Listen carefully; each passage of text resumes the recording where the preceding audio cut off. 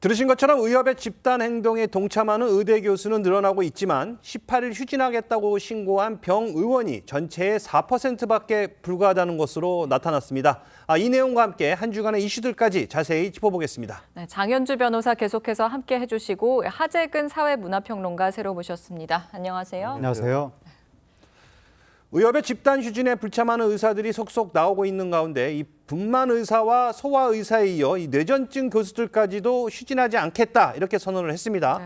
자, 실제로 개원의들의 그 휴진 신고도 전체의 4%밖에 되지 않는다고요. 예, 그렇게 나왔다고 합니다. 이제 보건복지부에 따르면 18일에 휴진하겠다고 지금 신고한 의료기관이 전국에 1,463곳이라는 거예요. 예. 이게 한 4% 규모라고 하는 거죠. 근데 의사협회에서 투표를 했을 당시에는 18일에 휴진하겠다고 답을 한 사람들이 5만 2천여 명이었었거든요. 네네. 이 괴리가 너무 크잖아요. 그렇네요. 그래서 일부 개원이들이 사전에 휴진 신고를 하지 않은 상태에서 18일에 그냥 휴진을 할 가능성도 제기되고 있습니다. 알겠습니다. 네, 상황이 이렇다 보니까 대한의사협회는 오늘 오전 13만 명 회원들에게 네이버 플레이스로 18일 휴무를 설정하고 지원되는 차량을 또 타고 와라 이런 공지까지 보낸 것으로 전해졌어요. 네, 그러니까 의사협회에서는 그 총파업에 휴진에 그러니까 최대한 많이 참여해달라고 독려를 지금 하고 있는 거죠. 예. 그래서 지금 회원들한테 뭐 포탈에 18일 날 당일에 병의원 휴무를 설정하고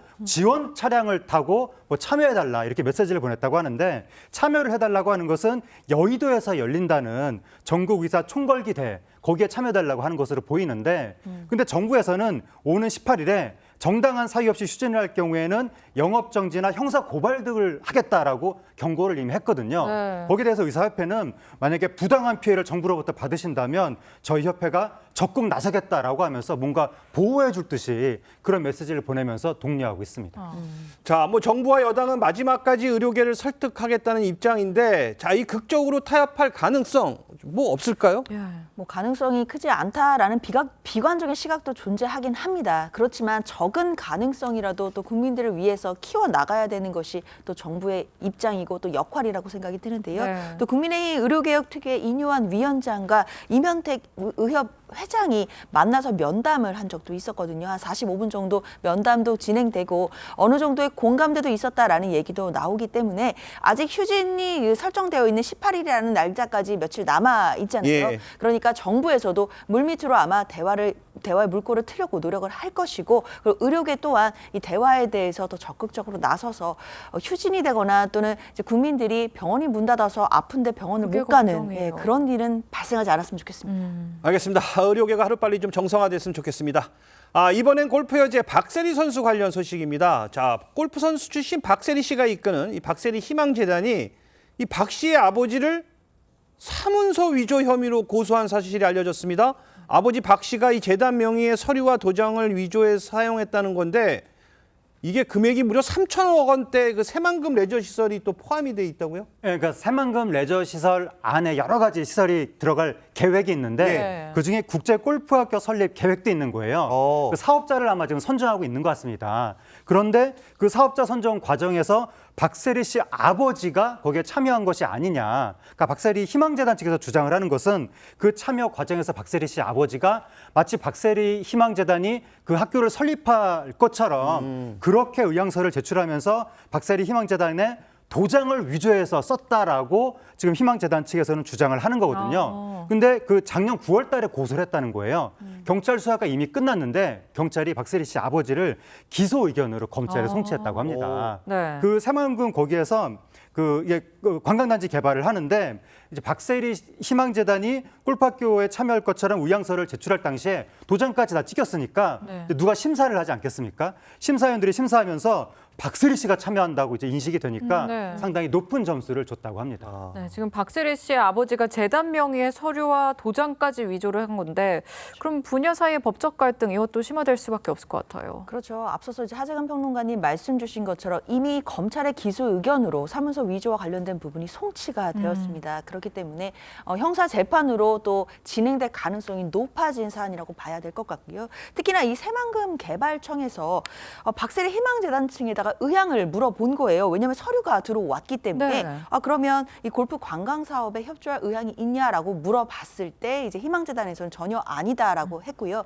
그러면서 박세리 희망재단에서 이런 이제 아버지의 그 문서 위조 혐의를 당시에 알게 된 것으로 그렇게 알려졌습니다. 그 이후에 고소까지 진행이 된 건데요. 문제는 이제 새만금 개발청에서도 이 해당 업체에 대해서 우선 협상 대상자 선정도 취소한 상태거든요. 아마 새만금 개발청에서도 추후에 법적인 조치까지 밟을 가능성이 있기 때문에 이 사태가 생각보다는 장기적으로 좀 복잡하게 흘러갈 가능성도 있습니다. 네.